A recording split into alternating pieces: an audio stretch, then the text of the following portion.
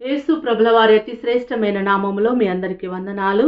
అపోస్తలుల కార్యములు 4వ అధ్యాయము 37 వచనములను కంఠస్థము చేయడానికి దేవుడు నాకు అనుగ్రహించిన తన మహోన్నతమైన కృపను బట్టి దేవునికి మహిమ కలుగునుగాక. ఆమెన్.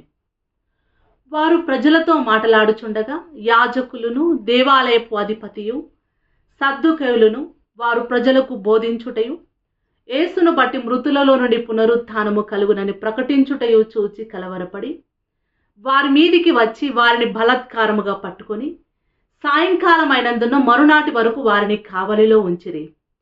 వాక్యము వినిన వారిలో అనేకులు నమ్మిరి. వారిలో పురుషుల సంఖ్య ఇంచుమించు 5,000 ఆయను. మరునాడు వారి అధికారులను, పెద్దలను, శాస్త్రులను యెరూషలేములో కూడుకొనిరి. ప్రధాన యాజకుడైన అన్నయు, కయపయు, యోహానును, అలెగ్జంద్రును, ప్రధాన యాజకుని బంధువులందరూ వారితో కూడా ఉండిరి.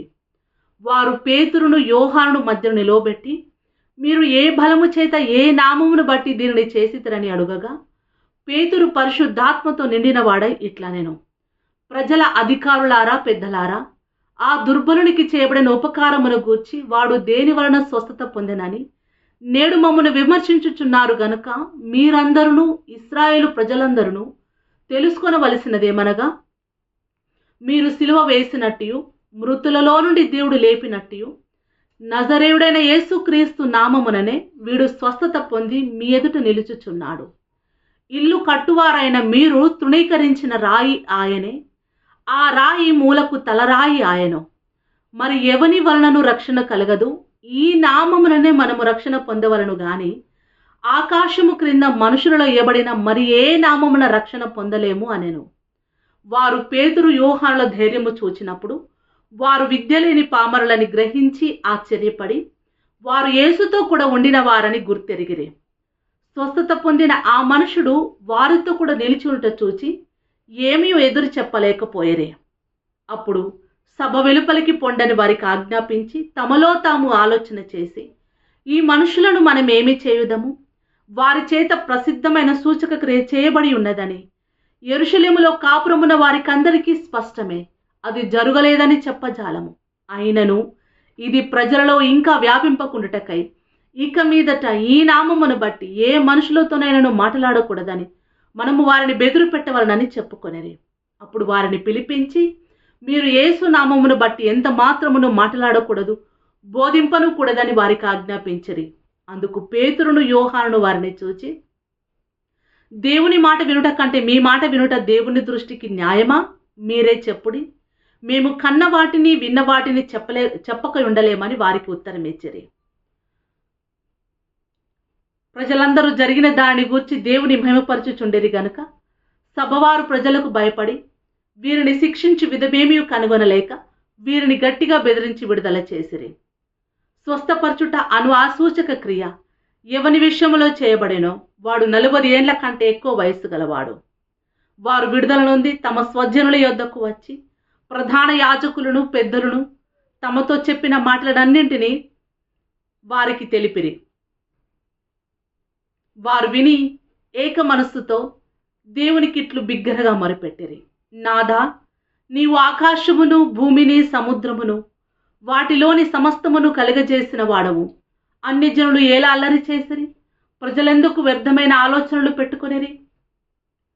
ప్రభువు మీదను ఆయన క్రీస్తు మీదను భూరాజులు లేచిరి, అధికారులు ఏకముగా కూడుకొనిరి అని నీవు పరిశుద్ధాత్మ ద్వారా మా తండ్రియు నీ సేవకుడనైన దావీదు నోట పలికించితివి. ఏవి జరగవలనని నీ హస్తమును, నీ సంకల్పమును ముందు నిర్ణయించను. వాటినన్నింటినీ చేయుటకై నీవు అభిషేకించిన నీ పరిశుద్ధ సేవకుడైన యేసునకు విరోధముగా హేరోదును, పొంతి పిలాతును, అన్ని జనులతోనూ ఇశ్రాయేలు ప్రజలతోనూ ఈ పట్టణమందు నిజముగా కూడుకొనిరి.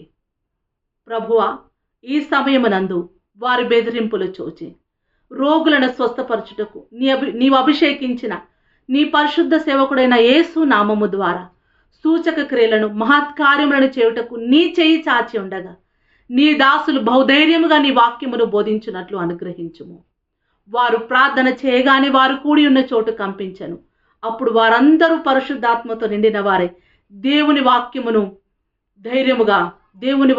ధైర్యముగా బోధించిరి. విశ్వసించిన వారందరూ ఏక హృదయమును ఏకాత్మయు గలవారై ఉండిరి. ఎవడును తనకు కలిగిన వాటిలో ఏదియు తనదని అనుకొనలేదు. వారికి కలిగినదంతయు వారికి సమిష్టిగా ఉండెను. ఇదియుగాక అపోస్తలుడు బహు బలముగా ప్రభు అయిన యేసు పునరుత్థానమును గూర్చి సాక్ష్యమిచ్చిరి. దైవ కృప అందరి యందు అధికముగా ఉండెను.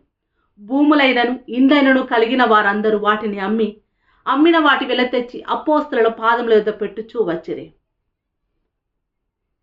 వారు ప్రతి వానికి వాని అక్కర కొలది పంచిపెట్టిరి గనుక వారిలో ఎవనికిని కొదవలేకపోయాను.